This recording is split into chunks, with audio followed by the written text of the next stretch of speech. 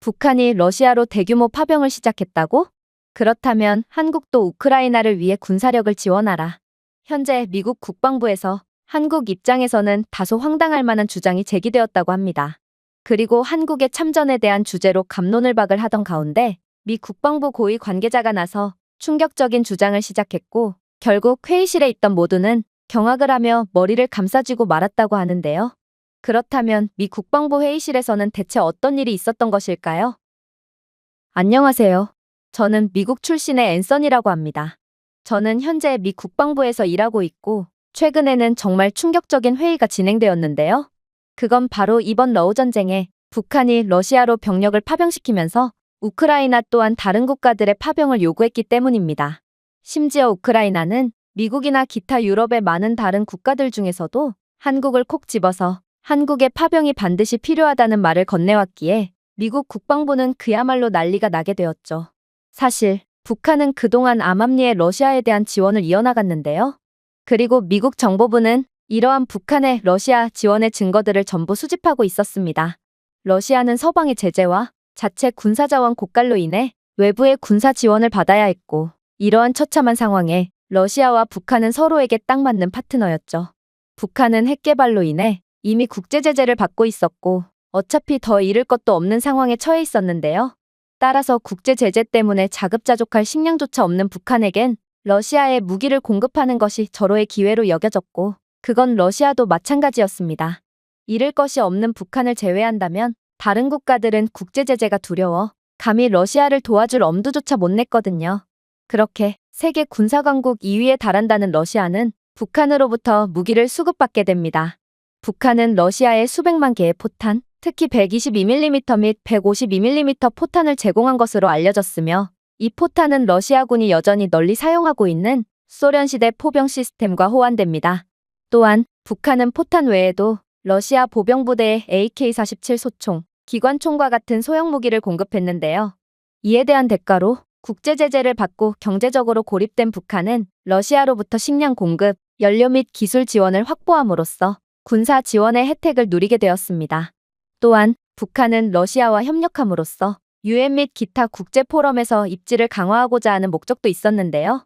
러시아는 유엔 안전보장이사회 상임이사국으로서 북한에 대한 더 엄격한 제재를 가하려는 노력을 차단하거나 거부한 바 있거든요. 그야말로 러시아와 북한은 서로의 이해관계가 완전히 맞아떨어지는 한패가 되어버린 것입니다. 하지만 이번에는 상황이 달랐습니다. 북한은 결국 러시아에 대한 군사병력까지 파병하며 선을 완전히 넘어버렸거든요. 북한이 워낙 고립되고 폐쇄적이며 말이 안 통하는 나라라는 것은 저희 모두가 알고 있었고 따라서 미국은 그동안은 북한의 독단적인 행동에 대해 어느 정도 눈감아주곤 했습니다. 그러나 이번 북한의 파병은 전 세계에 혼란을 일으키기에 충분한 충격적인 결정이었고 결국 우크라이나 측은 미 국방부에 파격적인 외교문서를 보내며 빠른 행동을 촉구했죠. 우크라이나 측은 북한은 러시아의 요새 건설, 인프라 수리, 물류 지원을 지원하기 위해 노동 대대를 파견했을 뿐더러 특수부대까지 파견하여 북한의 비대칭 전술 경험이 유용할 수 있는 도시전 상황에서 러시아군의 특정 전투 작전을 지원하고 있다는 소식까지 전해왔는데요. 심지어 이러한 파병된 북한군과 파병 중인 북한군을 전부 포함하면 12,000여 명에 달할 정도로 엄청났기에 우크라이나 측은 자신들에게도 병력 지원을 해주지 않는다면 그 즉시 핵을 개발한 뒤 러시아를 향해 발사할 거라며 충격적인 주장을 해오더라고요. 그런데 놀랍게도 그들이 원하는 군대는 미국도 유럽도 아닌 바로 한국군이었다는 것입니다. 이에 미국 국방부는 난리가 났습니다. 일단 우크라이나는 소련 시절에 핵을 이미 보유했던 국가로 이는 그들의 핵발사 선언이 허세가 아니라는 것을 뜻하거든요. 그리고 우크라이나가 왜 뜬금없이 한국군을 원하는 것인지도 너무나도 의문스러웠기에 국방부의 군사 관계자들은 그야말로 발칵 뒤집히고 말았죠. 도대체 우크라이나는 무슨 속셈이길래 많고 많은 국가들 중 굳이 한국이라는 러우 전쟁과는 동떨어져 있는 국가를 선택했다는 말인가? 결국 국방부는 내부회의를 열어 갑론을박을 펼쳤습니다. 그때 국방부 고위 관계자가 나서더니 놀라운 주장을 해오기 시작했어요. 우크라이나가 한국을 원하는 이유는 너무나도 간단합니다. 그건 바로 한국이라는 국가를 통해 우크라이나가 취할 수 있는 이득들이 너무나도 많기 때문이죠. 일단 한국은 균형외교의 달인이라고 볼 수 있는 매우 똑똑한 국가입니다. 이들은 역사적으로 봐도 수많은 강대국들에 둘러싸여 있었음에도 천재적인 외교수를 통해 단 한 번의 멸망도 겪지 않았고 오히려 늘 강대국들에게서 이익을 취해왔죠. 이번에도 마찬가지입니다. 한국은 전쟁 초기에 러시아와 우크라이나 모두와 외교 관계를 유지해왔습니다. 한국은 러시아에 공개적으로 반대한다거나 우크라이나를 공식적으로 지지하지 않음으로써 분쟁을 둘러싼 지정학적 긴장을 고조시키지 않으면서도 양국에 대한 이익을 취해왔죠. 한국은 계속해서 러시아로부터 천연가스를 얻을 수 있었고 동시에 우크라이나를 지지하는 모범적인 국가라는 이미지까지 챙기며 우수한 중립 외교의 전형적인 예를 보여줬습니다. 그런데 이런 나라가 우크라이나에 파병을 한다는 것은 그러한 중립 외교를 깨고 공개적으로 우크라이나를 지지한다는 것과 같습니다. 그렇다면 러시아 입장에서는 상당한 심리적 타격을 입을 수밖에 없고 러시아는 국제적으로도 엄청난 고립을 맛봐야 할 것입니다. 모두와 두루두루 잘 지내는 한국이 등을 돌렸다는 것은 그 국가는 국제왕따가 되었다는 말과 다름이 없거든요. 이러한 고립심과 불안감은 러시아의 내부 분열을 일으키게 하기 충분하죠. 물론 한국이라는 나라의 긍정적인 이미지도 우크라이나에게 큰 힘이 될 것입니다. 미국과 영국이 우크라이나에 물자를 지원했던 때를 생각해보세요. 이는 러시아에 대한 광범위한 경쟁으로 여겨져 우크라이나에 대한 동정 여론을 잠재웠습니다. 그런데 만약 여기에서 미국이나 영국이 우크라이나에 파병 결정까지 한다면 우크라이나에 대한 동정 여론은 완전히 사그라들어 러시아와 우크라이나 모두 국제평화를 해치는 국가라는 부정적인 여론이 형성될 가능성이 큽니다. 그도 그럴 것이 이제 전 세계인들은 러우 전쟁에 꽤나 지쳐있는 상태거든요. 하지만 한국의 지원은 진정한 인도주의적 방위적 노력으로 간주되어 여전히 우크라이나에 대한 긍정적인 국제 여론을 형성할 것이고 우크라이나의 방어가 단순히 강대국 간의 대리전이 아니라 생존을 위한 주권적 싸움이라는 인식을 강화하는 데 도움이 될 것입니다. 즉, 우크라이나는 한국의 지원을 받아 중립적이고 글로벌한 국가의 지원을 받고 있다는 긍정적인 이미지를 강화하기 위해 한국을 선택한 것이죠. 물론 한국은 이미 러우 전쟁과 비슷한 양상의 전쟁을 겪어본 적이 있다는 것도 이유가 될 수 있을 것입니다. 여기서 중요한 점은 한국의 전후 복구는 현대사에서 가장 성공적인 국가 재건 사례 중 하나라는 것입니다. 전쟁 이후 한국은 폐허가 되었지만 노력과 혁신, 글로벌 파트너십을 통해 세계 최고의 경제 강국 중 하나로 탈바꿈했습니다. 현재 진행 중인 러시아와의 전쟁에서 엄청난 파괴에 직면한 우크라이나는 분쟁 이후 한국을 국가 재건의 모델로 보고 있습니다. 그래서 우크라이나는 추후에 있을 이해관계까지 고려하여 진작에 한국과의 관계를 강화하려는 것이죠. 하지만 우크라이나가 무엇보다도 한국을 원하는 점은 따로 있습니다. 그건 바로 적어도 러우 전쟁에서만큼은 한국군은 미국이나 기타 다른 유럽 국가들보다도 훨씬 더 강력한 군대가 될 수 있기 때문이죠. 그건 바로 현무5의 존재 때문입니다. 여러분들도 최근 한국이 현무5라는 괴물 미사일을 공개했다는 것을 아실 겁니다. 그리고 충격적이게도 한국은 현무5만 사용해도 이 전쟁을 순식간에 끝낼 수 있죠. 물론 러시아는 핵무기를 보유한 국가입니다. 그런데 과연 러시아가 이번 전쟁에서 핵무기를 사용할 수 있을까요? 러시아가 핵무기 조작 버튼에 손가락을 가져다 대는 동시에 러시아는 전 세계 강대국들로부터 발사된 수천 수만 발의 핵미사일을 맞고 나라 자체가 공중분해될 것이 분명한데 어떻게 함부로 경거망동할 수가 있겠어요? 그러나 현무5의 경우는 완전히 다릅니다. 현무5는 핵무기급 위력을 가지고 있지만 아무튼 핵무기가 아니므로 사용 제한이 전혀 없기 때문이죠. 즉, 러시아는 재래식 무기로 깔짝이기만 할 때 한국의 현무5는 러시아의 전후방을 가리지 않고 전부 불바다로 만들어 전의를 완전히 상실케 하여 전쟁을 끝내버린다는 것입니다. 국방부 관계자의 말에 회의실 내부에는 적막만이 감돌았습니다. 그의 주장은 분명히 일리가 있었고 회의실 내에 있던 모두는 한국의 생각지도 못했던 강력한 면모에 혀를 내두를 수밖에 없었거든요. 그런데 그때 소식을 듣고 백악관에서 급하게 달려온 담당자가 손을 번쩍 들더니 한국의 현무5의 위력이 그 정도는 아닐 것이고 또 한국이 정말로 우크라이나를 도울지도 의문이라는 다소 회의적인 주장을 해왔는데요. 그러자 국방부 관계자는 오묘한 표정을 지으며 놀라운 답변을 시작하더군요. 맞습니다. 한국은 절대로 우크라이나를 돕지 않을 것입니다. 왜냐하면 그들에겐 그럴 이유가 전혀 없거든요. 한국은 단 한 번도 다른 국가와 척을 진 적이 없는 국가입니다. 그러므로 이들은 러시아를 충분히 격퇴할 능력을 갖추었음에도 러시아로부터 얻을 천연가스와 자원들 때문에 실리적인 선택을 할 확률이 높죠. 물론 만약 우크라이나가 한국전쟁 당시 한국을 도와준 연합군 소속이었다면 은혜를 저버리지 않는 한국은 무조건 우크라이나를 도와줬을 거라 생각합니다. 그러나 우크라이나는 소련에서 탄생한 국가입니다. 이들은 도와줬으면 북한을 도와줬지 절대로 한국을 도와주진 않았다는 것입니다. 그런데 한국이 어째서 러시아라는 거인의 등을 돌리면서도 북한을 지원했던 저 멀리 떨어진 유럽 국가를 위해 기꺼이 피를 흘리겠어요? 한국은 그런 어리석은 선택을 할 만큼 멍청한 국가가 아니며 이번에도 반드시 합리적인 선택을 이어나가겠죠. 그리고 당신은 현무5에 대해 매우 과소평가하고 있군요. 미 국방부가 수집한 정보에 따르면 현무5는 9톤 탄두를 탑재할 수 있어 전술 핵무기에 버금가는 놀라운 수준의 파괴 능력을 제공한다고 합니다. 그럼에도 이 탑재체는 핵무기가 아니므로 어떠한 정치적 후유증 없이 고도로 강화된 군사시설, 지휘소 또는 주요 인프라를 파괴할 수 있죠. 현재 우크라이나가 러시아와 계속된 교착 상태에만 빠져 있는 이유가 뭡니까? 그건 바로 우크라이나는 러시아의 전력기지를 타격할 군사장비가 없기 때문입니다. 그러나 현무5는 장거리 미사일로 전략적 군사기지, 물류허브, 주요 지휘소 등 러시아가 통제하는 주요 목표물을 타격할 수 있고 심지어 지하를 관통하는 기능으로 지하 벙커와 견고한 군사 표적도 어김없이 괴멸시킬 수 있습니다. 당연히 사거리 걱정도 할 필요가 없죠.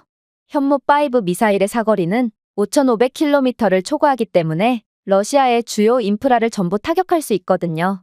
이는 한국이 우크라이나의 편을 들게 된다면 러우 전쟁의 양상은 180도 바뀐다는 것을 의미합니다. 일단 현무5는 가장 먼저 러시아의 지휘 통제 인프라를 붕괴시킬 것입니다. 이 미사일의 대량 탑재체 탑재 및 강화된 목표물 타격 능력은 러시아의 중앙 군사 리더십을 심각하게 손상시켜 러시아가 병력을 지휘하는 것을 아예 불가능하게 만들겠죠. 모스크바의 주요 지휘센터와 러시아 통제 지역의 전략적 군사기지가 사라진다면 러시아 전장은 끔찍한 혼란 속으로 빠져들게 될 것입니다. 그리고 이러한 혼란을 틈타 한국은 현무5를 통해 이번 전쟁에서 그 다음으로 중요한 러시아의 물류 허브, 철도 네트워크, 보급 기지를 표적으로 삼겠죠. 결국 현무5 미사일이라는 존재 하나 때문에 우크라이나는 러시아의 공급선을 차단하고 무기 비축량을 파괴함으로써 기동성과 재보급 측면에서 우위를 점할 수 있는 반면 러시아 군대는 고립되고 괴멸되며 장기적인 교전을 지속할 수 없게 될 것입니다. 하지만 현무5의 그 무엇보다도 두려운 점은 따로 있습니다. 바로 현무5는 러시아의 주요 비행장과 무인드론 조종시설을 무력화하는 데 사용되어 러시아의 항공 우위를 크게 감소시킬 수 있거든요. 공군 기지를 타격하면 러시아 전투기가 우크라이나군에 대한 공습을 수행할 수 없게 되고 또 이번 전쟁에서 핵심적인 역할을 수행했던 무인드론 또한 전혀 사용할 수 없게 됩니다. 그렇게 된다면 사실상 전쟁은 끝났다고 볼 수 있습니다. 팔다리가 모두 달아나버린 러시아가 할 수 있는 거라곤 무조건 항복을 외치는 것밖에는 없고 그야말로 수많은 병력이나 핵무기도 아닌 한국의 현무5 미사일 하나가 전쟁의 판도를 완전히 바꿔버리는 것입니다. 그러나 이 시나리오의 실현 가능성은 0%입니다. 한국은 접점이 전혀 없는 나라를 위해 젊은이들의 피를 희생할 멍청한 국가가 아니며 현무5는 한국의 자주국방을 실현하기 위한 무기로 오직 북한과 중국만을 겨냥하고 있을 것이니까요. 저는 경악을 금치 못하고 말았습니다. 몇 년이나 질질 끌던 전쟁이 한국의 미사일 한 방으로 정리가 되다니 역시나 21세기의 전쟁은 기술력에 의해 좌우되는 것이었고 한국은 핵무기 없이도 세계에서 손꼽히는 강대국들을 손쉽게 제압할 수 있는 최강대국이었던 거거든요. 그런데 국방전략연구소에서 파견온 소장은 국방부 관계자의 말에 동의할 수 없다는 듯 고개를 가로젓더니 이내 한국은 반드시 러우 전쟁에 참전하여 우크라이나를 도와야 한다고 주장하기 시작하는 거 아니겠어요? 한국이 러우 전쟁의 판도를 바꿀 국가라는 것은 인정합니다. 그러나 북한이 러시아에 무기를 지원해 준 것은 그냥 넘어갔어도 전투요원을 파병한 건 선을 넘은 것입니다. 따라서 우리도 충분히 지원 병력을 파병할 수 있다는 것을 똑똑히 보여줘야 할 것이고 한국은 동맹국을 대표해서 반드시 우크라이나를 도와야 합니다. 실제로 한국에서도 우크라이나에 대한 파병을 논의하고 있다고 하는데 한국의 한기호 의원은 북한의 러시아 파병을 보고 북한군은 제4차 중동전쟁 때와 베트남전 등 웬만한 전 세계의 전쟁터에 참전하고 있으니 마땅히 한국도 참전하여 북한군이 어떻게 하고 있는지 봐야 한다고 주장하기도 했죠. 그는 북한군이 러시아군에 1만 명 이상 파병되어 있다면 한국군도 최소한 참관단으로라도 참전해야 한다며 목소리를 높였습니다. 이는 한국 정치계에서도 한국군의 우크라이나전 참전에 대해 진지하게 논의하고 있다는 뜻과 같고, 만약 동맹국인 미국이 한국에 대한 여러 특혜를 들이밀며 살살 달래준다면 한국은 마지못해 우크라이나군에 대한 파병을 결정하게 되겠죠. 그리고 이는 한국 입장에서도 북한군의 전투 능력과 수준을 확인해볼 좋은 기회라고 볼 수 있습니다. 하지만 국방부 관계자는 단호했어요. 그는 잠시 생각에 잠기더니 이내 생각지도 못한 답변을 건네왔거든요. 글쎄요. 물론 북한의 파병은 선을 넘긴 했습니다. 그런데 그게 과연 러시아에게 이득으로 작용했을까요? 자, 일단 북한의 파병에 대한 문제를 다루기 앞서 이들이 러시아에 판매한 무기부터 들여다봅시다. 북한이 러시아에 공급한 포탄은 보관 상태 불량 및 제조 불량으로 인해 대부분이 불발탄이라고 합니다. 이건 어찌 보면 당연합니다. 식량도 없는 나라에서 포탄을 만들다니 이건 애초부터 말이 안 되는 상황이기 때문이죠. 특히나 부패가 만연해 있는 북한의 상황상 이들은 화약 대신 잿가루를 넣는다든지 하며 포탄의 행색만 갖춘 가짜 포탄을 만들고 있다고 하는데 이러한 가짜 포탄이 전부 러시아로 넘어가게 된 것입니다. 그런데 더욱 심각한 문제는 따로 있습니다. 북한이 제조한 수준 이하의 포탄은 배럴 내부에서 폭발하며 무기에 치명적인 손상을 입히고 러시아 병사들에게도 심각한 부상을 입히거나 사망하게 만들고 있거든요. 이 때문에 러시아는 북한의 무기를 사용하면 할수록 우크라이나 병사들을 사살하는 것이 아닌 오히려 아군이 죽고 또 값비싼 무기도 죄다 박살나고 있다고 합니다. 물론 포탄이 이 지경이니 다른 북한제 무기도 신뢰할 수 없는 건 마찬가지입니다. 녹슨 총알과 부식된 무기는 아예 발사조차 안 되고 있고 이는 급박한 상황에서 무기를 사용하지 못하게 해서 러시아에 엄청난 피해를 입히고 있다고 합니다. 당연히 러시아군의 사기도 상당히 저하되었죠. 북한제 무기를 보급받은 병사들은 언제 터질지 모르고 또 언제 작동을 멈출지 모르는 북한제 싸구려 무기에 기겁을 하고 있으며 오죽했으면 러시아 내부에서는 이제는 최빈국 북한에게까지 손을 빌리는 러시아의 현실에 비관하며 이번 전쟁은 절대로 이길 수 없다는 회의적인 태도를 보이기 시작했다고 하는데요. 따라서 북한의 지원은 오히려 러시아에 있어 독이 되었다고 볼 수 있는 것입니다. 그러나 가장 충격적인 점은 따로 있습니다. 바로 북한의 이러한 불량 무기뿐만 아니라 현재 러시아로 파병된 북한 군인들은 이때다 싶어 전장을 이탈하여 도망가고 있기 때문인데요. 몇몇 북한군들은 애초에 탈북을 목적으로 파병을 온 경우도 있었고 또 러시아에 도착한 북한 병사들은 갑자기 명령을 따르지 않고 지휘관에게 반란을 일으키는 사례도 있었다고 합니다. 하지만 그 중에서도 가장 큰 문제는 북한군은 자신들을 소모품으로 취급하는 러시아군에게 갈등을 일으키고 있다는 것인데요. 북한군의 역할은 그저 총알바지일 뿐이었고 결국 자신들은 싸우러 이곳에 온 것이 아닌 그저 전쟁의 희생양으로 이용되고 있다고 느껴 분쟁을 일으키고 있다고 합니다. 이에 더해 북한군은 러시아 군수창고나 민간인으로부터 물품을 훔치는 절도 행위를 일삼고 있다고 하는데요. 사실 북한에서는 군인의 이러한 절도 행위가 당연하게 여겨지지만 러시아는 그렇지 않고 결국 이러한 수준 차이에서 비롯된 문제는 북한군과 러시아군의 관계를 더욱 악화시켰다고 합니다. 결국 북한군의 파병을 받은 러시아군은 오히려 내분이 일어나 약해지는 최악의 결과를 맞이했다고 합니다.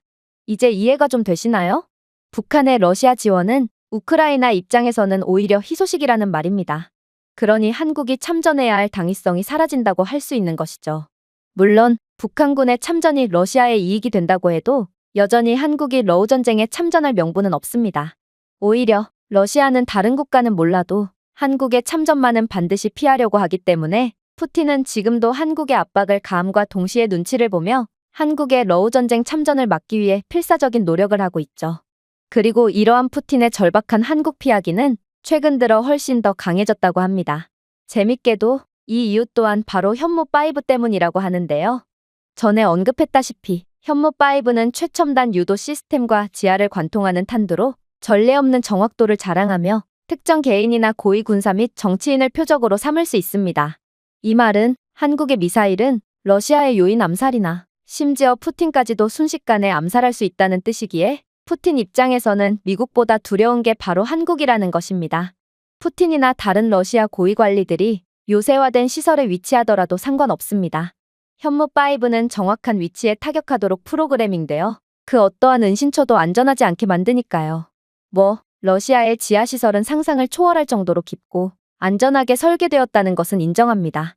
그러나 현무5 미사일의 지하 침투 능력은 러시아가 생각했던 것 그 이상을 보여줄 것입니다. 현무5는 벙커버스터 기능으로 설계되어 단단한 지하시설에 침투할 수 있거든요. 이 흙을 관통하는 탄두는 콘크리트와 흙의 층을 뚫고 푸틴과 같은 지도자가 위기시 피난처로 들어갈 수 있는 깊은 지하 벙커에 마저 도달할 수 있습니다. 현무5의 이러한 강력한 기능은 미사일이 지하 대피소에 파고들어 핵폭탄급의 파괴력으로 폭발하여 내부의 주요 임무를 무력화할 수 있기 때문에 가장 요새화된 위치도 취약하다는 것을 의미합니다. 자, 이러한 현무5의 괴물급 성능 때문에 현재 푸틴은 패닉에 빠져 있습니다. 만약 한국과의 관계가 틀어진다면 자신은 언제든 죽을 수 있다는 생각과 자신이 죽는다면 군사 지휘부에 상당한 심리적 영향을 미쳐 이번 전쟁이 그대로 끝나버릴 거라는 생각은 푸틴이 한국에 더욱 간절하게 매달리며 압박을 가장한 구걸을 하며 한국이 전쟁에 참전하지 못하도록 하고 있죠. 그리고 그 대표적인 예가 바로 북한을 이용하는 것입니다. 러시아는 북한과의 군사조약을 체결하는 등 만약 한국이 우크라이나의 편을 든다면 러시아뿐만 아니라 북한도 가만히 있지 않을 거라는 무언의 협박을 하며 지역의 불안정성을 높임과 동시에 뒤로는 한국이 중립을 지키는 대가로 한국의 경제적 인센티브나 에너지 거래를 제한하고 있거든요.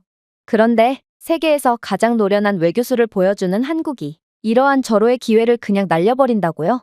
한국은 여전히 러시아로부터 이익을 취할 것이며 중립을 지키지 않음으로써 구태여 리스크를 감수하는 멍청한 행위는 절대로 하지 않을 것입니다. 가만히 있어도 러시아로부터 이권을 얻어내는 상황인데 명분도 없는 참전을 하며 젊은이들의 피를 희생할 이유는 전혀 없거든요. 물론 미국을 비롯한 다른 연합국들이 참전을 결정한다면 한국도 그제야 참전을 시작하겠죠. 자, 이래도 한국이 이번 전쟁에 참전할 거라고 생각하는 분들이 계신가요? 혹은 한국의 능력을 과소평가하는 분들이 있나요? 만약 있다면 그럴듯한 근거를 내보이기 바랍니다. 국방부 관계자의 말에 회의실 내부는 박수와 함성 소리로 가득 찰 뿐이었습니다. 그의 주장은 너무나도 합리적이었고 도저히 반박의 여지가 없었거든요.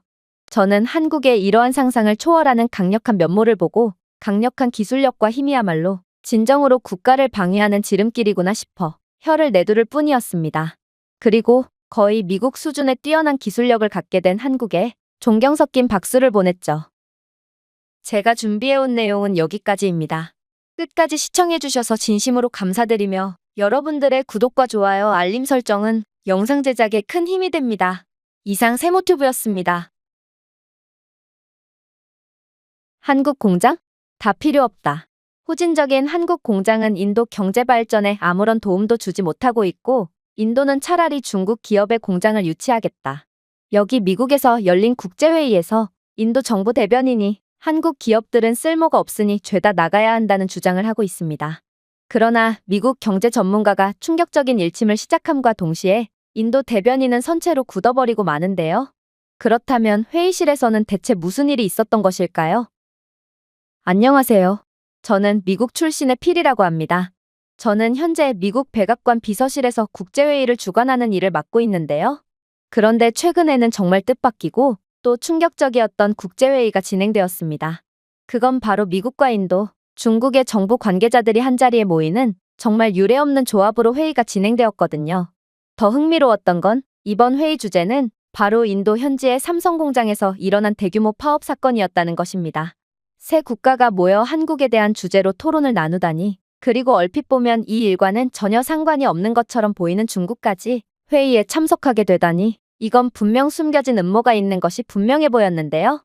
아무튼 그렇게 회의는 시작되었고 경제자문위원회 소속의 미국 경제 전문가의 말을 시작으로 회의는 진행되었습니다. 여러분들은 현재 한국의 수많은 기업들이 인도에 진출해 있다는 것을 잘 아실 겁니다. 그리고 최근에는 한국 기업의 공장에서 일하는 노동자들이 파업을 시작하면서 양국의 관계는 급속도로 악화되고 있죠. 그런데 몇몇 사람들은 이걸 그저 기업과 노동자 사이에서 일어난 가벼운 해프닝쯤으로 여기곤 하던데, 이번 사건에는 생각보다 훨씬 충격적인 음모가 숨겨져 있고 전 세계인들이 반드시 주목해야 할 중요한 사건이라는 것을 말씀드리고 싶습니다. 우선 이건 겉보기에도 매우 이상한 상황입니다. 한국은 사실상 가난한 인도를 구원했다고 봐도 무방할 정도의 기적을 만들어낸 국가고 이런 푸대접을 받아서는 절대로 안 되거든요. 왜냐하면 한국 기업들이 인도에 세운 공장들은 그야말로 인도인들이 새로운 삶을 살 수 있도록 해주었기 때문입니다. 인도는 아직 개발도상국임에도 빈부격차가 세계에서 가장 큰 나라였고, 한국 기업들이 인도로 진출하기 전까지만 해도 손빨래를 대신해주는 직업, 심부름을 대신해주는 직업 등 100년 전에나 볼 법한 직업들이 아직도 존재하는 나라였습니다. 하지만 한국 기업의 공장들은 수십만 명의 인도 노동자들을 고용했고, 이로 인해 수백만의 간접 일자리가 창출되었습니다.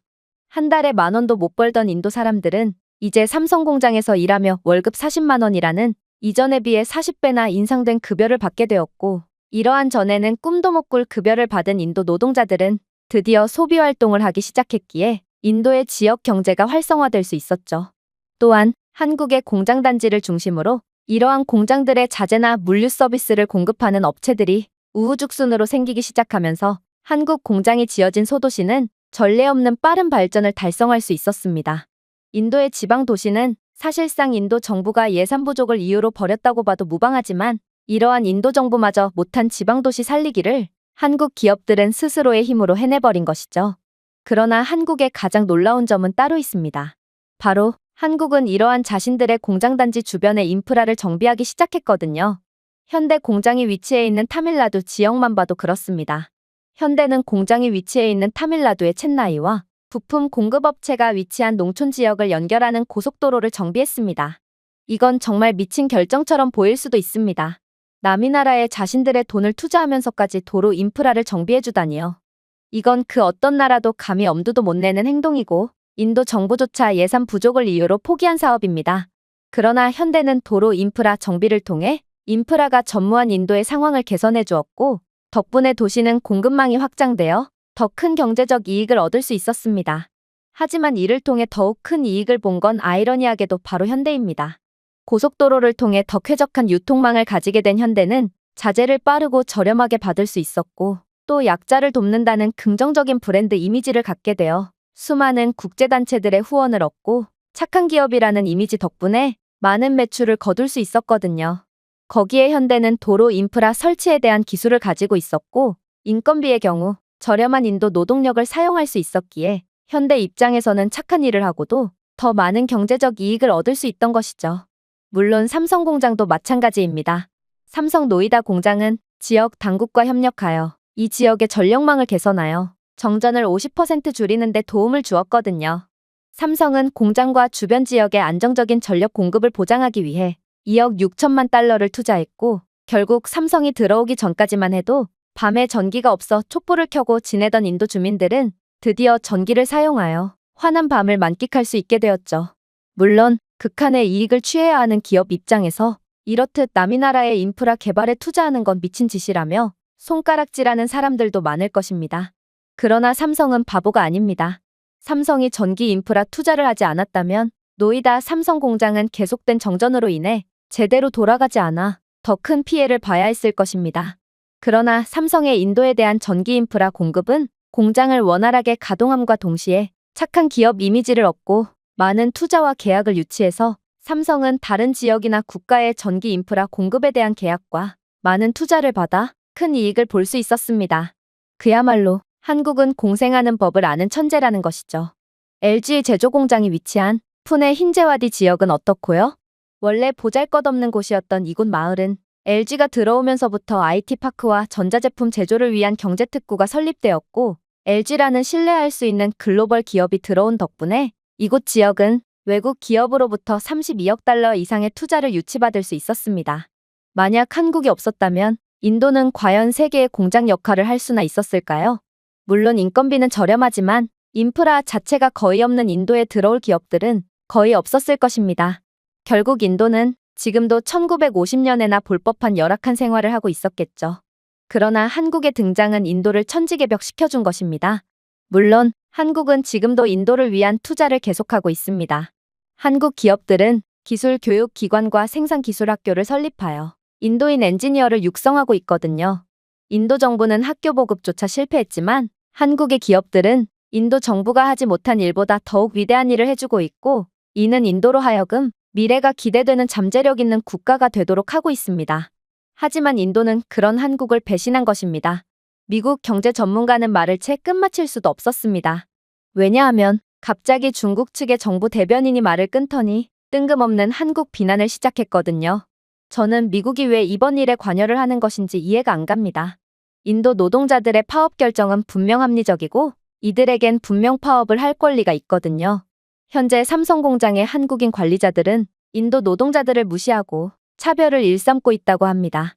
임금 체불은 기본이고 때로는 폭력까지 행사하며 그야말로 이들을 사람 취급도 하지 않고 있는 중이라고 하죠. 그러나 한국 공장의 가장 최악인 점은 따로 있습니다. 인도의 무더운 더위에도 불구하고 한국 공장에는 에어컨 자체가 없고 전기세 절약의 이유로 선풍기도 못 켜게 하고 있기 때문입니다.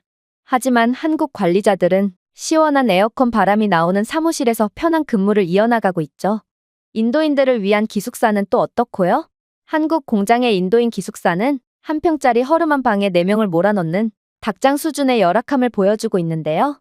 이들은 이러한 사생활이 보장되지 않는 성냥갑 크기의 방에 노동자들을 몰아넣으면서 자신들은 초호화 호텔에서 숙식을 해결한다고 합니다.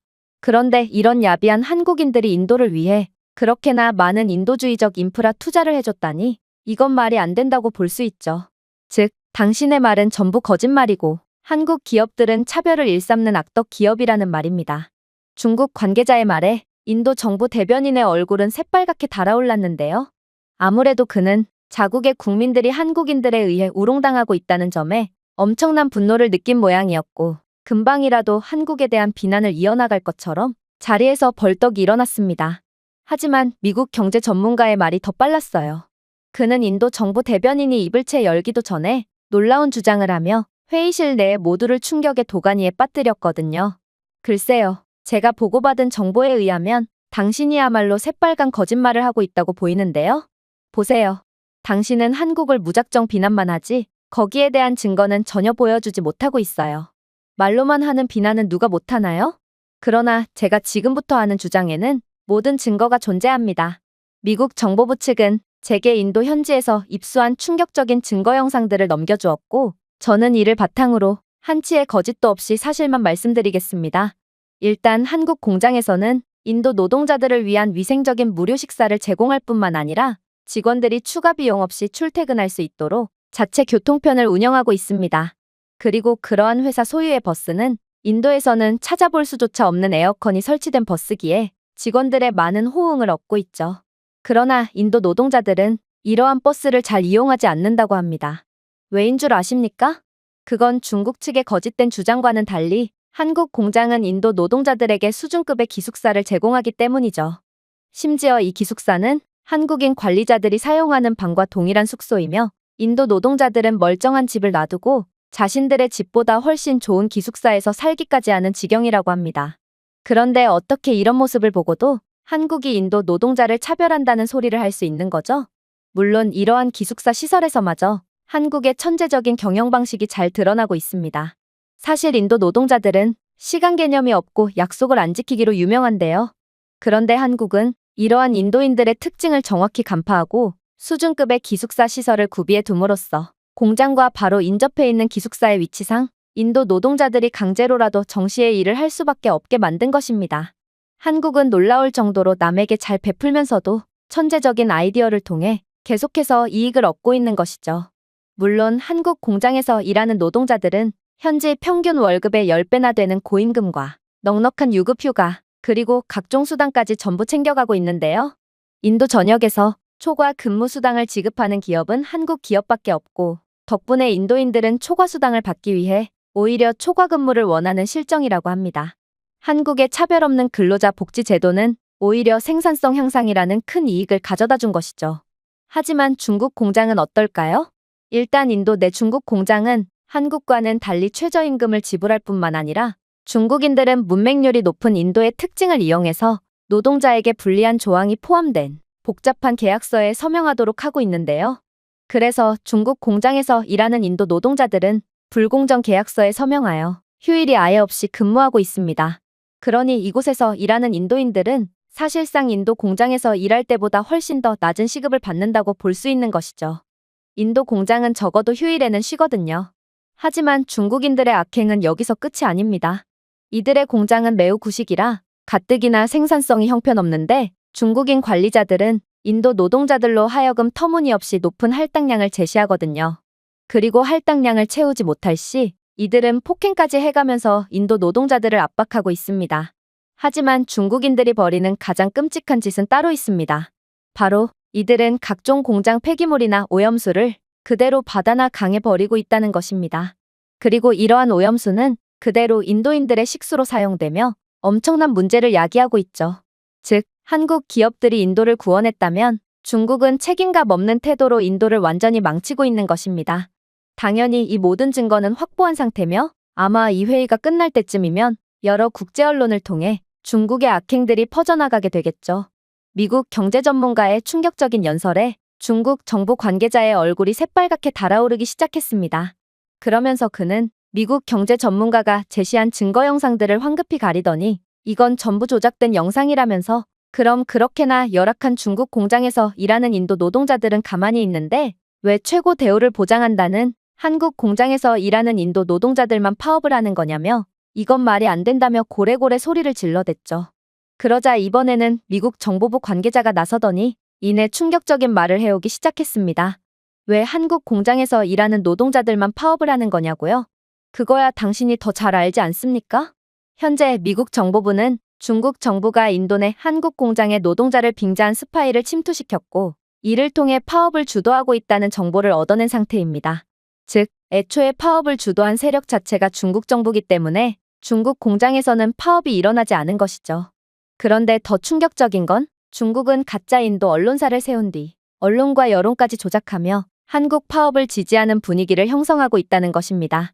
발뺌할 생각은 하지 마세요. 인도에 파견된 미국 측 요원들은 중국 정보부 소속 요원들이 인도에서 한국을 공격하는 경제 스파이 활동을 벌이는 정황들을 전부 포착해낸 상태며 심지어 중국인들은 한국 공장의 기계들의 일부러 결함과 오작동을 만들거나 공급망을 조작하는 등 안전 위험을 초래하며 근로 조건을 악화시켜 인도 노동자들의 불만을 불러일으키고 있는 중입니다. 이러한 조치와 파업에 대한 선동 때문에 인도 노동자들은 자신들이 착취당하고 있다고 믿게 되었고 광범위한 파업이 발생하게 된 것이죠. 그러나 이건 중국만의 잘못이라고 볼 수는 없습니다. 충격적이게도 인도 또한 자신의 은인인 한국을 저버리고 고의적으로 중국의 선동에 가담하는 모습이 포착되었거든요.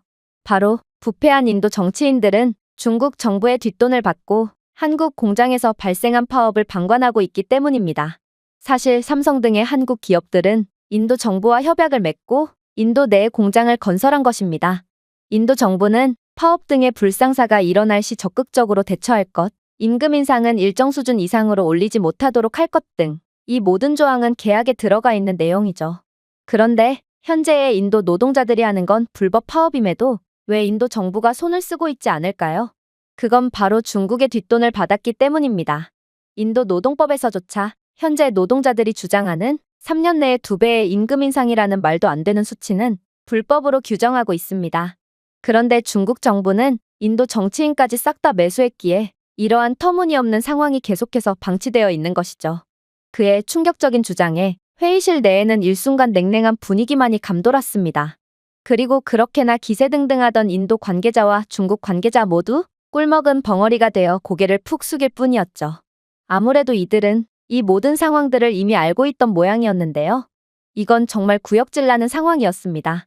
어떻게 자신들의 이익을 위해 온갖 더러운 방법을 총동원했으면서도 이렇게나 뻔뻔하게 나와 한국을 욕할 수가 있단 말인가요? 그러나 중국과 인도는 제 예상을 한 차원 뛰어넘은 국가였습니다. 중국 관계자는 잠시 당황하는 기색을 보이더니 이내 또다시 고함을 지르며 중국이 한국 따위에 소국을 거들더라도 볼 것 같냐며 노발대발했거든요. 그러면서 한국 기업들이 파업 때문에 망하든 말든 중국 입장에서는 아무런 관심도 없고, 즉 중국은 한국 기업을 방해할 이유가 없다고 항변하더군요. 그러나 미국 정보부의 정보 수집 능력은 호락호락하지 않았습니다. 미국 관계자는 이내 충격적인 답변을 해오기 시작했거든요. 글쎄요, 한국 기업의 손해가 왜 중국에 어떠한 영향도 없을 수가 있겠어요? 현재 중국은 십수년째 한국과의 경쟁에서 완패를 이어가고 있고, 따라서 한국의 침몰은 중국의 그 어떤 것보다 큰 이익으로 작용할 것이 분명한데 말이에요. 일단 삼성, 현대, LG와 같은 한국 기업은 인도를 포함한 여러 국가에서 효율적인 생산에 의존하는 대규모 공급망을 보유한 글로벌 기업입니다. 동시에 이러한 반도체, 자동차, 가전제품 등의 분야는 중국이 한국을 뛰어넘기 위해 정부 차원에서 천문학적인 투자를 하면서까지 기술을 육성하는 분야죠. 그러나 중국은 아무리 돈을 쏟아부어도 한국의 기술력을 뛰어넘을 수 없었습니다. 삼성과 현대 같은 한국 기업은 화웨이, 샤오미, 비아디 및 기타 중국 기업을 압도하고 있고 글로벌 시장은 여전히 한국 기업의 제품만을 택했거든요. 결국 경쟁에서 뒤처진 중국 기업들은 늘 적자에 허덕여야만 했죠. 그래서 중국은 더러운 수를 써가면서까지 한국을 끌어내리기로 했습니다. 만약 인도 공장에서 한국 기업에 대한 파업이 장기화된다면 한국은 글로벌 공급망에 상당한 차질이 발생하여 제품 출시 지연, 글로벌 시장 부족, 신뢰성에 대한 평판 손상을 초래하게 되거든요. 즉, 중국은 인도에서의 한국 생산을 불안정하게 함으로써 자체 글로벌 공급망을 강화하고 중국 기업들은 한국 공장 가동 중단으로 인한 글로벌 공급 부족을 메우기 위해 빠르게 진출하여 스마트폰, 가전제품, 자동차 등의 부문에서 시장 점유율을 확보하려 하고 있습니다. 하지만 결과는 어떤가요?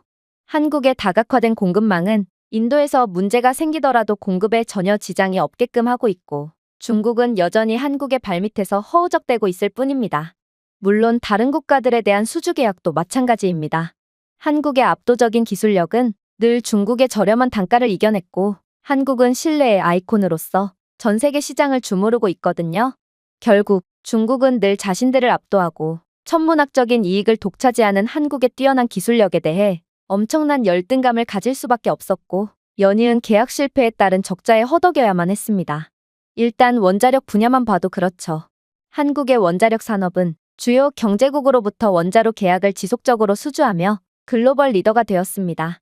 반면 중국은 원자력 기술에 대한 막대한 투자에도 불구하고 아직도 한국의 전문성, 안전성, 평판, 비용 효율적인 솔루션과 경쟁 자체가 안 되는 처참한 수준입니다. 이번 체코 원자력 계약 수주권을 좀 보세요. 한국의 한국수력원자력은 결국 체코 원전 프로젝트에서 계약을 따내는 데 성공했고 이는 중국도 경쟁하고 있던 매우 권위 있고 경쟁력 있는 입찰권이었습니다.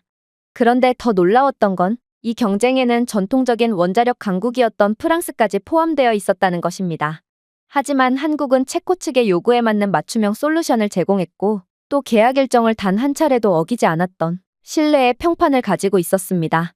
또한 한국의 원자로는 압도적인 성능에 비해 가격도 무척이나 저렴했고 또 연이은 계약 위반과 지연으로 인한 국제 분쟁을 겪고 있는 프랑스에 비해 한국은 이미 아랍에미리트의 바라카 원자력 프로젝트를 성공적으로 끝낸 경험이 존재했죠.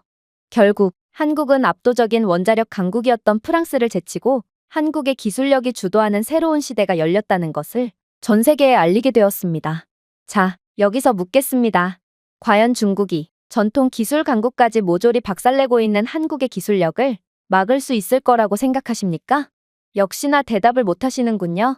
안타깝게도 중국의 기술력은 한국의 발끝만큼도 못 따라오는 게 현실입니다. 사실 중국은 한국과의 원자력 수주 경쟁에서 패배했다는 것에 대해 상당히 자존심을 상해하고 있지만 중국은 자국의 원자력 발전소조차 제대로 못 짓는 원자력 후진국일 뿐입니다. 이런 나라가 다른 나라에 원자로를 지어준다니 이건 애초부터 말도 안 되는 입찰이었다는 것입니다.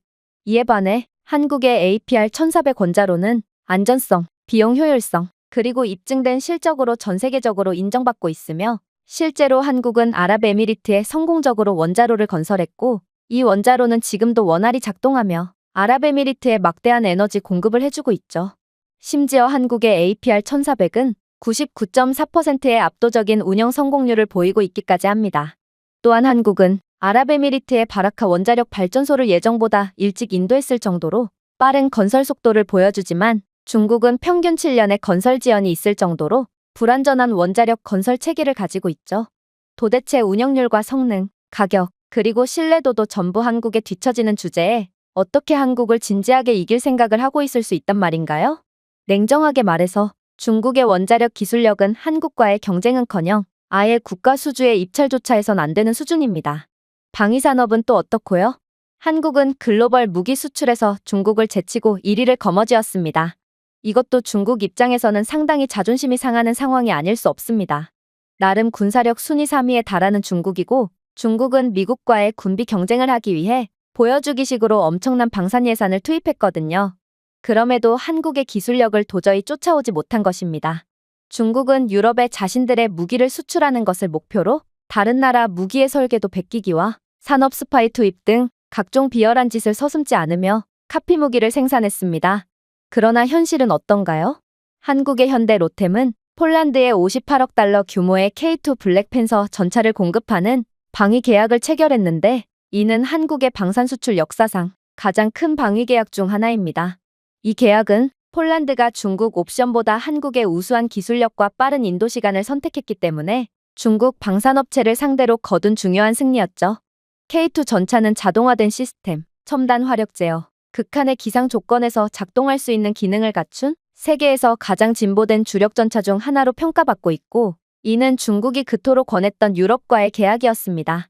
하지만 그들의 꿈은 한국에 밀리면서 물거품이 되어버렸죠. 한국의 FA-50 전투기는 또 어떻고요? 한국은 이번에도 중국을 제치고 폴란드와 30억 달러 규모의 FA-50 전투기 계약을 맺었습니다.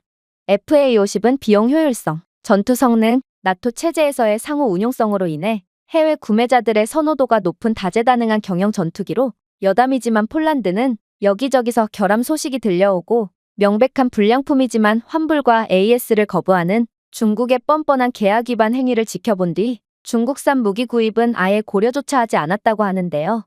이렇듯 중국이 그토록 원했던 계약을 한국은 너무나도 쉽게 따내며 막대한 이익과 국제적 신뢰를 얻고 있으니 중국이 한국의 열등감을 느끼며 지저분한 짓을 해서라도 견제하려는 것도 그리 이상하지 않은 것이죠. 하지만 이건 중국의 명백한 패착입니다. 중국은 한국을 떨어뜨리면 자신들이 한국의 자리를 넘볼 수 있다고 생각하지만 한국과 중국의 수준 차이는 너무나도 극심하고 한국이 아무리 곤두박질 친다고 해도 중국이 한국을 넘어서는 건 불가능하거든요. 그리고 만약 중국이 한국을 뛰어넘는다고 해도 한국의 자리는 중국이 아닌 다른 국가들이 대신 차지할 확률이 높습니다. 즉, 중국은 지금 헛짓거리를 하고 있다는 것입니다. 중국은 다른 나라들을 끌어내리는데 힘을 쏟을 시간에 자신들의 경쟁력을 키워서 올라가려는 전략을 세우는 편이 좋을 것입니다. 정보부 관계자의 말에 중국 대변인은 몹시 당황했는지 어버버대며 말도 제대로 이어나가지 못했는데요. 아무래도 그는 전곡을 찔린 모양이었고 결국 아무 말도 못한 채 쓰러지듯 자리에 다시 앉을 뿐이었습니다. 그런데 우스꽝스럽게도 인도 대변인은 중국만 집중포화를 맞는 상황에 안심이라는 표정을 지으며 멀뚱멀뚱 앉아만 있는 거 아니겠어요? 그리고 그런 인도 대변인의 모습에 미국 경제 전문가는 한심하다는 표정을 짓더니 오랜만에 일어나서 충격적인 일침을 가하기 시작했습니다. 이봐요. 인도가 먹을 욕을 중국이 대신 먹어주니까 안심이 되나요? 그런데 지금 인도의 상황을 보면 마음을 놓고 있을 때가 아닌 것 같은데요. 인도의 장기 파업 때문에 한국의 기업들은 더 이상 인도를 신뢰할 수 없다고 결정했고 결국 철수 선언을 내려버렸거든요. 지금껏 인도는 한국 기업들 덕분에 전례 없는 이익을 얻었습니다. 그런데 이러한 기업들이 죄다 철수해버린다면 인도는 어떻게 변할 것 같나요? 당신은 한국 기업들이 인도로 들어오기 전 산업 인프라 자체가 없어서 굶주린 인도인들이 먹을 게 없어서 풀까지 뜯어먹었던 때를 기억할 것입니다. 그때로 다시 돌아가고 싶은가요? 물론 선택의 여지는 없습니다. 한국 기업들의 철수는 인도는 다시 20세기로 회귀한다는 뜻과 일맥상통하거든요. 일단 괴멸적인 경제적 손실은 말해봤자 입만 아프겠죠. 인도는 한국 덕분에 떠오른 나라니 당연히 한국 기업에 직간접적으로 고용되어 있던 수백만 명이 실업자가 될 것이고 이는 인도 경제의 대공황을 일으킬 거거든요. 하지만 더 큰 문제는 인도는 미래가 없어진다는 것입니다. 생각해보세요. 한국 기업들은 공장 주변 인프라 개발에서 중요한 역할을 수행하여 주변 지역의 전반적인 경제 성장을 촉진해왔습니다. 그런 한국 기업들이 철수하면 인도의 인프라 프로젝트가 중단될 것이고 이는 인도 내 대부분의 지역들이 19세기로 돌아간다는 것을 뜻합니다. 현대 공장이 고속도로를 정비해놓은 타밀나두에서는 한국 기업의 투자와 산업활동 감소로 인해 인프라 활용도가 떨어지고 인도 정부는 이를 보수하고 유지할 자금도 없기 때문에 이러한 고속도로는 빠르게 그 가치를 잃어버릴 것입니다. 물론 삼성 노이다 공장과 같이 공장의 서비스를 제공하기 위해 개발된 전력망과 물 관리 시스템 또한 전면 중단되어 인도 전역은 다시금 전기 수급에 어려움을 겪을 것이고 주민들은 오염된 물에 따른 수인성 질병으로 어마어마한 인명피해를 입을 것입니다. 결국 인프라가 노후화되고 파괴되어 아무것도 남지 않게 된 인도에 투자를 할 국가는 아무도 없게 되고 투자했던 자금도 빠르게 회수되어 인도는 국가 파산에 직면하게 될 것입니다. 하지만 무엇보다도 무서운 점은 따로 있습니다. 그건 바로 한국 기업들은 인도에서 기술 이전과 기술 개발의 핵심적인 역할을 해왔다는 것이죠. 이들이 철수하면 이러한 기술 이전 과정이 중단되어 인도 산업 부문의 기술 격차와 경쟁력 저하로 이어지게 됩니다. 삼성, 현대, LG와 같은 기업이 도입한 첨단 제조 기술은 더 이상 인도 근로자와 기업이 이용할 수 없게 되고 이로 인해 특히 인도의 전자 및 자동차 부문에서 기술 정체가 발생하게 됩니다. 그리고 한국 기업들은 기술학교를 세워 수년 동안 기술 교육에 많은 투자를 해왔는데 이러한 기술학교가 전부 폐쇄되면서 인도는 더 이상의 유능한 기술자를 배출하지 못하게 될 것입니다. 그리고 기술 기반이 약해진 인도는 더더욱 다른 제조업체로부터 어떠한 투자도 받지 못하게 되겠죠. 즉, 인도는 더 이상 희망도 미래도 없는 죽음의 땅이 된다는 말입니다. 이러한 경제 전문가의 충격적인 주장에 인도 대변인은 패닉에 빠진 듯 두 눈에 초점이 풀린 채 허공만을 응시할 뿐이었는데요. 그야말로 한국은 생각보다도 훨씬 더 강력하고 선진적인 국가였고 이런 나라를 배신한 인도에게는 멸망만이 기다리고 있을 뿐이었던 것입니다. 그렇게 어리빠진 중국과 인도 관계자들이 초점 잃은 눈으로 멍하니 주저앉아 있는 것을 끝으로 국제회의는 종료되었는데요. 저는 겁도 없이 한국을 건들다가 본전도 못 찾은 두 국가가 한심스러우면서도 미국이 한국이라는 강대국과 최고 수준의 동맹관계를 유지하고 있다는 것에 자랑스러운 감정을 느끼게 되었습니다. 제가 준비해온 내용은 여기까지입니다. 끝까지 시청해주셔서 진심으로 감사드리며 여러분들의 구독과 좋아요, 알림 설정은 영상 제작에 큰 힘이 됩니다. 이상 세모튜브였습니다. 한국 기업들은 죄다 꺼져라. 인도에 질 좋은 노동력이 없으면 어차피 한국 기업들은 망할 수순에 놓여 있다. 여기 악덕 한국 기업들은 전부 인도에서 나가야 한다며 열변을 토하는 무리들이 있습니다. 하지만 이내 하버드 대학교 교수의 충격적인 일침을 담은 영상이 공개되고 이들은 꿀먹은 벙어리가 되어 할 말을 잃고 마는데요. 그렇다면 도대체 무슨 일이 일어났던 걸까요? 안녕하세요. 저는 인도 출신의 스와티라고 합니다. 저는 현재 미국 최고의 대학교인 하버드 대학교에서 경제학을 전공하고 있는데요. 그런데 최근에는 국제경제학 강의에서 정말 충격적인 강의가 있었고 이는 미국 전역을 완전히 혼란의 도가니에 빠뜨리게 되었습니다. 그리고 그러한 혼란의 중심에 있는 건 다름 아닌 한국이었기에 이번 사건은 더더욱 주목을 받게 되었죠. 일단 이곳은 분명 미국 대학교이긴 하지만 아이러니하게도 대학교 캠퍼스만 보면 여기가 미국인지 아시아인지 구분이 힘들 정도로 수많은 인도 학생들과 중국 학생들이 보이곤 하는데요.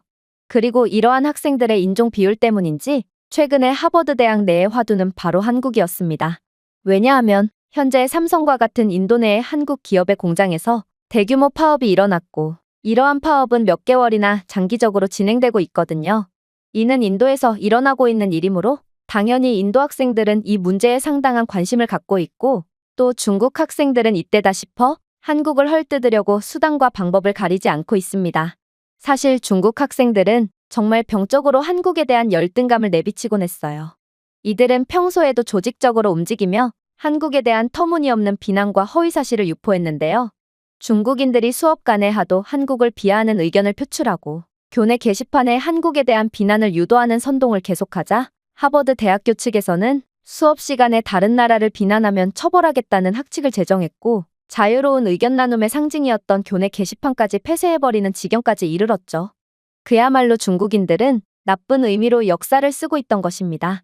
그리고 이번에도 마찬가지였어요. 중국인들은 한국 기업 공장에서 일하는 인도 노동자들은 저임금과 차별에 시달렸고 결국 파업을 시작하게 되었다며 선동을 시작했는데 인도 학생들은 사실관계를 제대로 알아보지도 않고 무작정 인도의 편을 들며 한국의 갑질을 비난하기 시작했거든요. 그런데 이렇듯 인도 학생들이 중국 학생들의 말에 넘어가자 중국인들은 마치 자신들이 차별을 당하기라도 한 것처럼 인도 학생들보다도 더욱 분개해하는 반응을 보이는 거 아니겠어요? 중국인들은 한국 기업들이 인도에서 무슨 짓을 하고 있는 줄 아냐며 한국 관리자들은 인도 노동자들에게 폭행을 일삼으며 차별하고 있고 임금체불은 기본에 공장 내에 화장실조차 설치하지 않았다며 한국인들은 길거리에 아무렇지도 않게 대소변을 보는 열등한 민족이라 인도에서도 똑같은 행동을 하고 있다며 다소 믿을 수 없는 주장을 해오기 시작하더라고요. 그러면서 이들은 한국 기업들의 갑질과 한국인들이 인도에서 벌이는 야만적인 행위를 알리는 팸플릿을 만들어서 교내에 뿌리기까지 했고, 덕분에 한국에 대한 이미지는 점차 안 좋아지게 되었죠. 사실 인도 학생들은 그러한 중국인들의 선동에 홀랑 넘어가며 중국인들 편에 서서 한국을 비하했지만 저는 이러한 상황을 도저히 믿을 수가 없었습니다. 왜냐하면 저희 아빠는 삼성 공장에서 일하는 노동자거든요. 사실 저는 하버드 대학교에 재학 중이긴 하지만 부자는 아닙니다. 다만 머리는 꽤나 좋은 편이라 국비 장학생으로 미국에서 공부를 할 수 있었던 거였죠. 그런데 삼성 공장에서 일하는 아빠의 말에 따르면 삼성은 노동자들에게 월급 40만 원이라는 인도 평균 월급의 10배나 달하는 거액의 임금을 지급하며 노동자에 대한 처우도 최고 수준이라고 했는데요. 유급휴가가 보장되는 것은 물론 에어컨이 설치된 통근 버스와 식사 제공, 그리고 인도에서는 절대로 기대할 수 없는 여러 복리후생까지 삼성은 그야말로 기적의 일자리라고 했습니다. 물론 한국인 관리자들의 수준도 최고였고 늘 인도 노동자들을 배려해주고 인간적인 대우를 해줬다고 했죠. 그런데 그런 한국인들이 인도 노동자들을 차별하고 돈까지 떼어먹고 있다니 이건 도저히 말이 안 되는 소리 같았습니다. 하지만 중국인들이 주도한 집단 광기의 현장에서 사실관계를 더욱 정확히 할 필요가 있다는 제 주장은 그저 묵살당할 뿐이었고, 인도 학생들은 제게 폭력까지 행사하려고 하며 저보고 한국의 편을 드는 배신자라며 과격한 반응을 보이더라고요. 그러다 이러한 광기의 분위기가 완전히 뒤바뀌게 되는 충격적인 사건이 발생하게 되었습니다. 그건 바로 국제경제학 시간에 일어난 일이었는데요. 교수님께서는 이번 한국과 인도 문제만큼 국제경제학을 적용하기 좋은 사례가 없다며 강의를 이어나가셨고, 이는 많은 학생들에게 큰 충격을 주었거든요. 현재 많은 한국의 기업들은 인건비가 저렴하고 기회가 많은 인도에 진출한 상태입니다. 그리고 이는 고정비를 낮출 수 있는 한국과 기반시설이 없는 인도 양국에 모두 이익이 되는 거래처럼 보이지만 사실 인도가 얻는 점이 훨씬 많다고 볼 수 있죠. 왜냐하면 다른 국적의 기업들과는 달리 한국은 인도주의적인 방식으로 현지 공장을 운영하기 때문입니다. 한국은 현지인을 우선으로 고용할 뿐만 아니라 공장 주변의 인프라 개선 및 현지 노동력에 대한 파격적인 대우를 약속하는 국가거든요. 즉, 한국 입장에서는 인건비가 저렴한 다른 국가들이라는 선택지가 많지만 인도 입장에서는 한국이 최선의 결과라는 것입니다. 그렇다면 한국 기업들이 들어온 인도는 현재 어떤 모습을 하고 있을까요? 일단 인도의 삼성 노이다 공장에만 해도 약 7만 명의 인도인들이 고용되어 있으며 인도 전역을 포함한다면 수십만 명의 노동자들에게 일자리를 제공하고 있습니다. 그리고 연간 70만 대 이상의 차량을 생산하는 첸나이에 위치한 현대 공장에는 15,000명의 직원이 직접 고용되어 있죠. 다른 지역의 현대 공장까지 전부 포함한다면 현대 또한 수십만 인도 국민들에게 일자리를 제공하고 있다고 볼 수 있습니다. 즉, 한국은 인도에 들어온 전 세계 기업들의 공장 중에서도 인도에게 가장 많은 기회를 주는 나라라는 말입니다. 하지만 한국의 가장 중요한 역할은 따로 있죠. 그건 바로 한국의 글로벌 기업들은 전부 제조업에 속해 있고 따라서 한국 기업들의 간접 고용 효과는 더욱 엄청나기 때문입니다. 한국 기업들의 공장의 존재로 공급망, 물류 및 서비스 분야에서 수백만 개의 간접 일자리가 창출되었고 대규모 제조 공장의 각 직접 일자리는 지원 산업 분야에서 4-5개의 간접 일자리로 이어지는 것으로 추정되고 있거든요. 따라서 인도에서 한국 기업이 창출한 약 70만 개의 일자리를 통해 약 350만 개의 간접 일자리가 추가적으로 창출된 것으로 보이고 있습니다. 이건 어지간한 한국가를 먹여 살릴 수 있을 정도로 어마어마한 수치고 한국은 그야말로 인도를 먹여 살리고 있다고 봐도 과언이 아닌데요. 실제로 한국 기업의 공장들이 들어선 지역의 고용률은 평균 30%가 증가하여 한국은 인도에 열악했던 지역 경제를 직접적으로 활성화하는데 큰 기여를 했다고 할 수 있습니다. 거짓말 같다고요? 현대만 해도 자동차 제조에 필요한 부품의 85%를 인도 공급업체로부터 공급받고 있습니다. 이로 인해 첸나이 지역에만 1,500개 이상의 인도 자동차 부품 공급업체가 개발되어 지역 경제가 크게 활성화되었죠. 현대의 공급망은 첸나이 주변의 전체 자동차 클러스터를 구축하여 연간 20억 달러 이상의 지역 경제에 기여하고 있습니다. 도대체 어떤 다국적 기업이 이 정도로까지 현지 공급업체와 현지 경제를 살려줄 수 있단 말인가요? 그야말로 한국은 인도 입장에서는 너무나도 고마운 신과 같은 존재인 것입니다. 인도 통계청에 따르면 현대와 삼성만 해도 인도의 산업 생산량에 매년 약 200억 달러만큼의 기여를 하고 있다고 합니다. 한국 기업들의 존재만으로 인도의 제조업 GDP는 지난 10년 동안 매년 3% 가까이 증가했죠. 매년 200억 달러만큼의 기여를 한다니 이건 웬만한 국가들의 1년 GDP에 맞먹는 수치로 그야말로 한국은 인도 경제를 부흥시켜주는 구원자와 다름없다는 것입니다. 이건 생각보다도 더욱 충격적인 상황이었습니다. 물론 한국 기업들이 인도의 경제 발전에 많은 영향을 끼치고 있다는 것은 알았으나 이 정도로까지 막대한 영향을 끼치고 있을 줄은 꿈에도 몰랐거든요. 또한 중국 학생들의 선동에 의해 한국에 대한 부정적인 생각을 갖게 된 인도 학생들 또한 한국이 인도를 완전히 먹여 살리는 상황에 큰 충격을 받은 듯 그들의 동공은 사정없이 흔들리고 있었죠. 하지만 이렇듯 인도인들도 가만히 있는 상황에 도대체 무슨 영문인지 중국인들은 가만히 있지를 않더라고요. 그러면서 한국 공장은 인도 노동자들이 화장실조차 가지 못하고 일만 하도록 화장실을 아예 만들지도 않았으며 마치 인도 경찰이 그러는 것처럼 한국인들은 인도 노동자를 때리면서 일을 시킨다고 주장했죠. 그리고 이런 차별의 국가가 인도에 엄청난 영향력을 행사할 리는 없다며 계속해서 한국에 대한 비하를 이어나갔습니다. 그러나 교수님은 그러한 상황을 매우 침착하게 대응했습니다. 글쎄요, 중국 학생들이 주장한 한국의 차별행위에 대한 증거는 있는 건가요? 증거도 없이 남이 나라를 비하한다면 개정된 학칙에 의거하여 처벌받는다는 사실을 모르는 건가요? 역시나 제가 증거를 언급하니 꿀먹은 벙어리가 되는군요. 중국인들은 증거라는 게 어떤 건지를 모르는 건지 매번 증거도 없이 터무니없는 주장을 하며 다른 국가들을 비난하고 있죠. 하지만 현실은 어떨까요? 중국 학생들이 말한 대로 한국은 차별만을 일삼는 국가일까요? 자, 보세요. 한국 기업들의 공장은 현지인들에게 업계 표준보다 2배는 많은 임금을 지불하고 있습니다. 인도의 평균 월급은 4만 원이고 다른 다국적 기업의 공장들은 이보다 많은 평균 20만 원 정도의 임금을 지불합니다.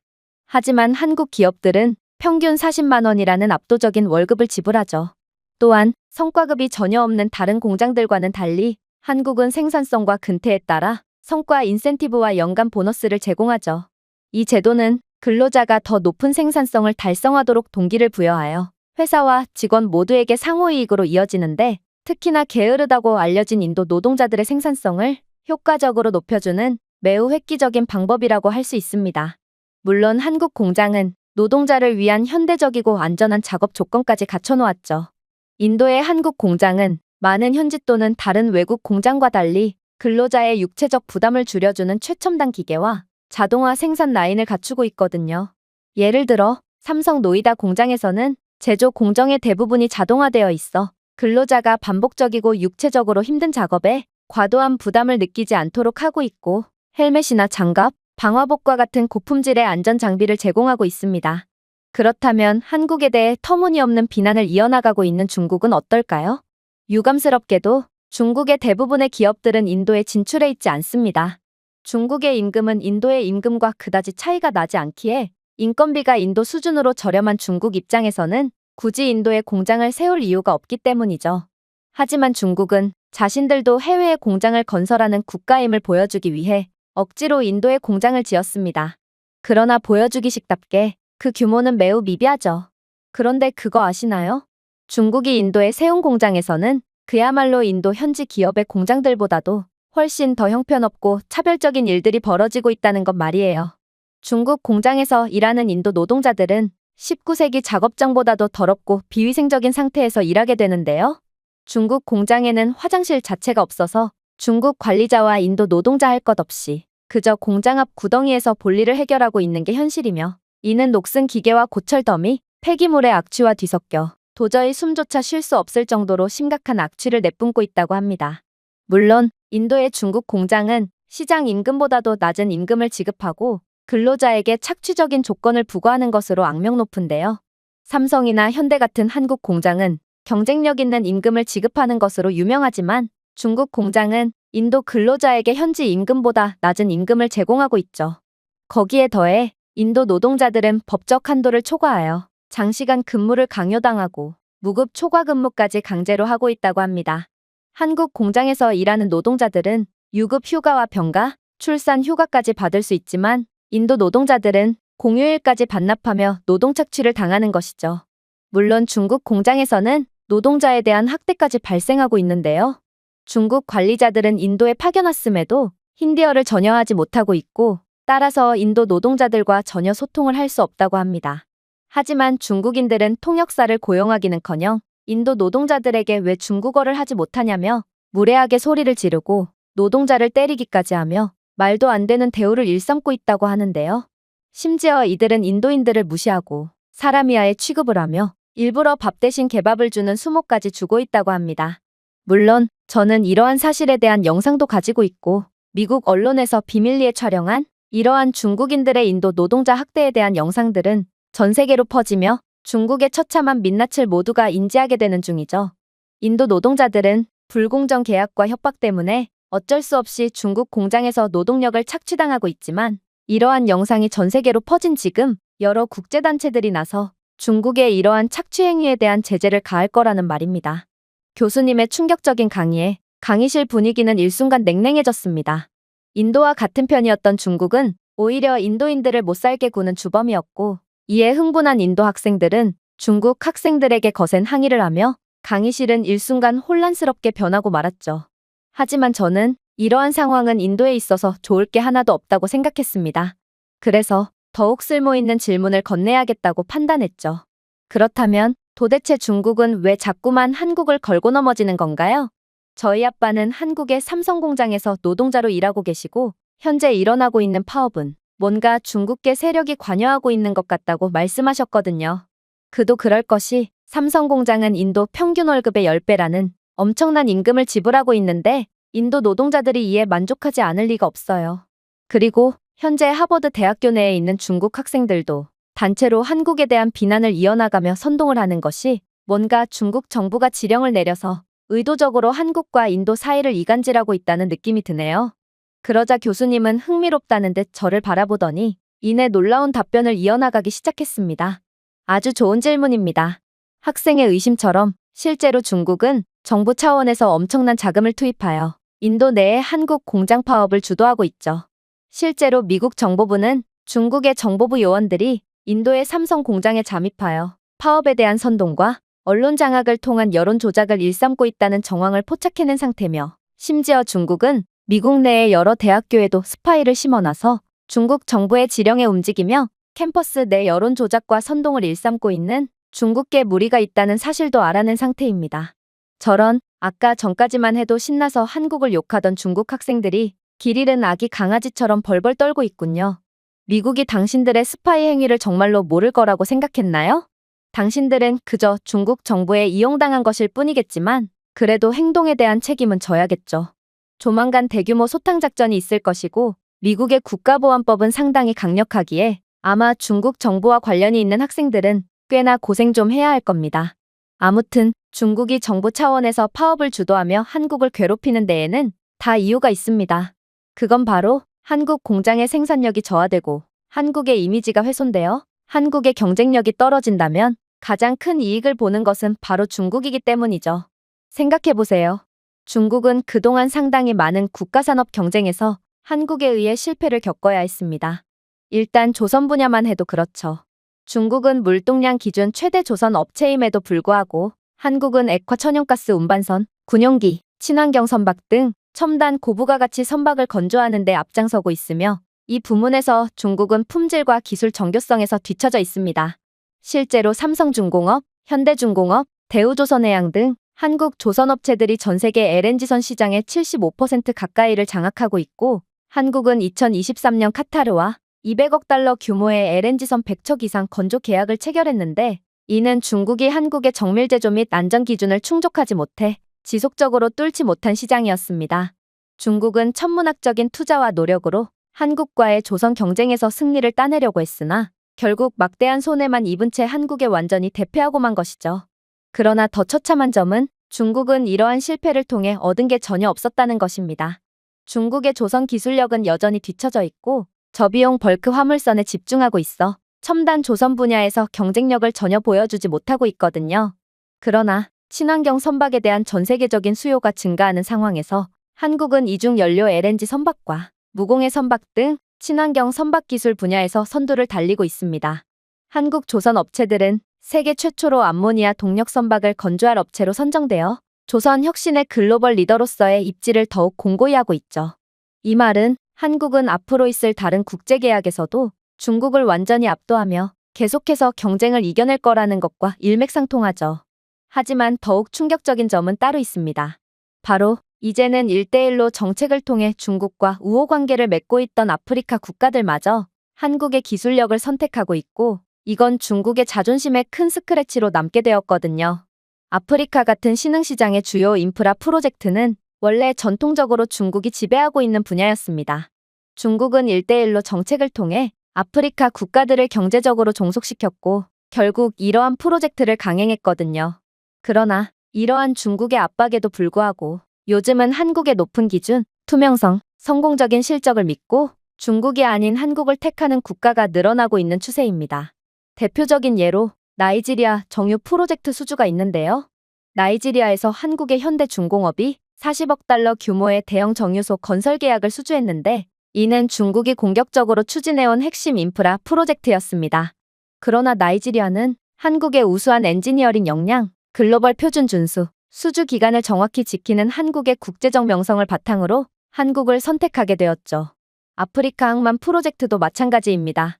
한국의 대우건설은 중국의 1대1로 정책이 주도했던 케냐와 모잠비크에서 항만시설 개발 계약을 체결했거든요. 이들 국가는 중국의 투명성 문제와 부채 함정에 대한 우려로 인해 한국을 선택했고, 결국 한국의 기술력과 지속 가능한 관계를 추구하기 위해 한국을 믿기로 한 것입니다. 그런데 그 무엇보다도 중국을 뼈아프게 만든 것은 따로 있죠. 그건 바로 반도체 산업입니다. 사실 한국은 스마트폰부터 컴퓨터, 자동차에 이르기까지 모든 분야에서 필수적인 메모리 칩 시장의 60% 이상을 점유하고 있는 반도체 강국인데요. 그리고 중국은 한국의 반도체 기술력을 따라잡기 위해 부단히 노력해왔죠. 그러나 중국은 천문학적인 자금을 쓰고도 결국 한국을 따라잡지 못했습니다. 아니, 오히려 중국의 대부분의 전자산업들은 한국의 반도체가 없으면 굴러가지도 않는 처참한 상황에 처해 있죠. 이건 정말 이상한 상황입니다. 사실 중국은 모든 역량을 반도체 기술력 향상에 집중하고 있지만 전 세계 반도체 시장에서의 중국의 영향력은 0%에 가깝거든요. 그러나 삼성만 해도 전 세계 D램 시장의 약 43%를 점유하고 있으며 SK하이닉스는 같은 시장의 약 27%를 점유하고 있습니다. 그리고 최첨단 기술 부문을 고려한다면 격차는 훨씬 더 크다고 볼 수 있죠. 중국은 첨단칩 제조 기술에 도달하기 위해 고군분투하고 있지만 삼성은 이미 세계에서 가장 진보된 3나노미터 칩을 생산하기 시작했거든요. 이 칩은 대규모 14나노미터 칩만 생산하는 중국의 SMIC가 생산하는 칩보다 훨씬 우수합니다. 통상적으로 한국과 중국의 반도체 기술 격차는 10년 차이라고 보고 있고, 최첨단 기술 분야에서 10년이라는 기술 격차는 사실상 하늘과 땅 차이라고 봐도 무방하기에 중국의 반도체에 대한 거대 자본 투자는 완전히 실패했다고 볼 수 있습니다. 또한 한국의 반도체 수출은 연간 900억 달러에 달하며 전체 수출의 거의 20%를 차지합니다. 이러한 반도체 산업의 지배력은 한국에 막대한 경제력을 부여할 뿐만 아니라 글로벌 공급망의 중추적인 역할을 하고 있으며, 중국은 자국집 부문에서 자립조차 하지 못하기 때문에 한국과의 관계에 비굴할 정도로 매달리며 공급망 확보에 심혈을 기울이고 있죠. 즉, 중국이 한국을 계속해서 견제하는 이유는 여러 국제계약에서 한국을 이김으로써 한국에 빼앗겼던 막대한 경제적 이익과 자존심을 챙기기 위함이고, 또 가장 핵심적인 산업인 반도체 분야에 대한 기술 격차를 좁혀서 빠르게 한국의 반도체 공급망에서 벗어나기 위함입니다. 현재의 한국과 중국의 격차를 보면 중국은 아무리 노력해도 한국을 절대로 이길 수 없을 것처럼 보이지만, 아무튼 중국은 계속해서 천문학적인 자본을 투자하여 한국을 방해하는 지저분한 행동을 일삼는 것이죠.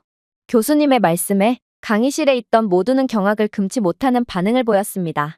중국 학생들의 수상한 행동은 정말로 중국 정부의 지령을 받고 한 선동행위였고, 심지어 한국이 선진국이라는 것은 잘 알고 있었지만 이렇게나 막강한 나라라는 것도 전혀 예상치 못했거든요. 하지만 교수님은 여기서 멈추지 않았습니다.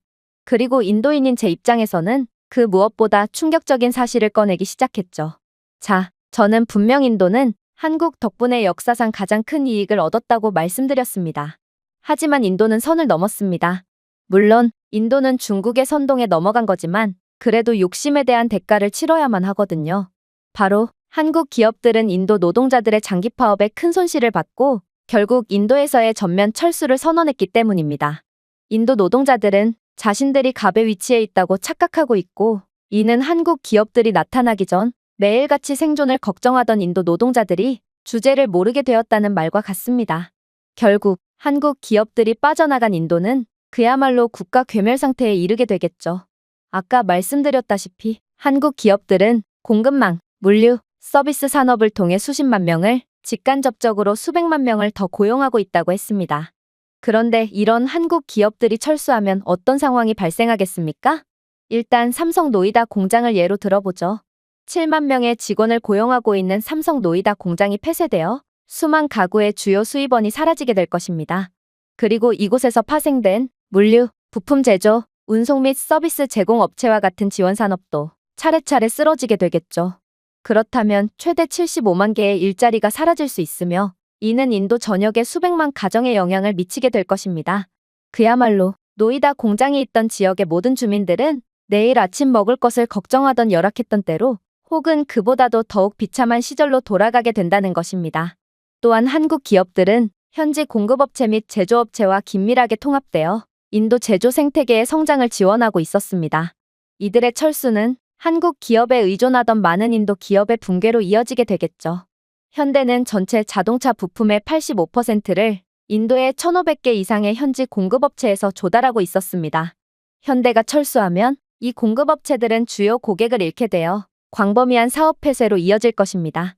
매년 30억 달러만큼 지역 경제에 기여하는 첸나이 주변의 자동차 부품 산업은 치명적인 손실에 직면하게 될 것입니다. 결국 이러한 인도의 지역 경제의 불황은 점점 인도의 중심부로 흘러가며 인도 전역을 갉아먹게 되겠죠. 안타깝게도 인도의 많은 중소기업이 삼성이나 현대 같은 한국 기업의 계약에 전적으로 의존해왔던 것이 현실입니다. 이러한 한국의 주요 기업의 지속적인 수요 없이는 기반 자체가 없는 인도의 중소기업은 버틸 수가 없고 결국 인도의 수만 개의 중소기업이 재정적으로 파산하게 되겠죠. 자, 인도 학생들, 아까 전에는 중국 학생들을 따라 그렇게나 한국을 욕해대더니 지금은 구워다 놓은 보릿자루처럼 조용해졌군요. 한국을 욕했던 것을 후회하시나요? 그러나 후회를 해봐야 이미 늦었습니다. 한국은 인도를 위해 2개월이나 기다려줬고 한국은 매우 배려심 깊은 사람들이지만 신뢰를 잃은 상대에겐 국물도 없는 무서운 민족이거든요. 그야말로 인도는 제 복을 스스로 걷어찬 셈이고 결국 한국 덕분에 지금까지 얻었던 모든 경제적 풍요로움을 전부 다 반납하게 될 것입니다. 교수님의 경악을 금치 못할 강의에 저는 특히나 충격을 받을 수밖에 없었습니다. 한국 기업들이 철수한다는 말은 삼성 공장에서 일하는 아빠가 실업자가 된다는 말이었고 그 말은 저희 가족은 길바닥에 낳는 신세로 전락하고 말 거라는 이야기였거든요. 저는 터무니없는 선동을 일삼는 중국인들 그리고 멍청하게 그러한 선동에 넘어가 욕심을 부린 인도인들 모두가 싫어졌고 결국 울분에 찬 눈물을 쏟아내고 말았습니다. 도대체 인도가 뭐라고 감히 한국을 거스른 것인지 저는 인도는 이젠 다 끝났다는 생각에 좌절할 뿐이었습니다. 그러나 교수님의 말씀처럼 이미 물은 엎질러진 뒤였죠. 제가 준비해온 내용은 여기까지입니다. 끝까지 시청해주셔서 진심으로 감사드리며 여러분들의 구독과 좋아요, 알림 설정은 영상 제작에 큰 힘이 됩니다. 이상 세모튜브였습니다.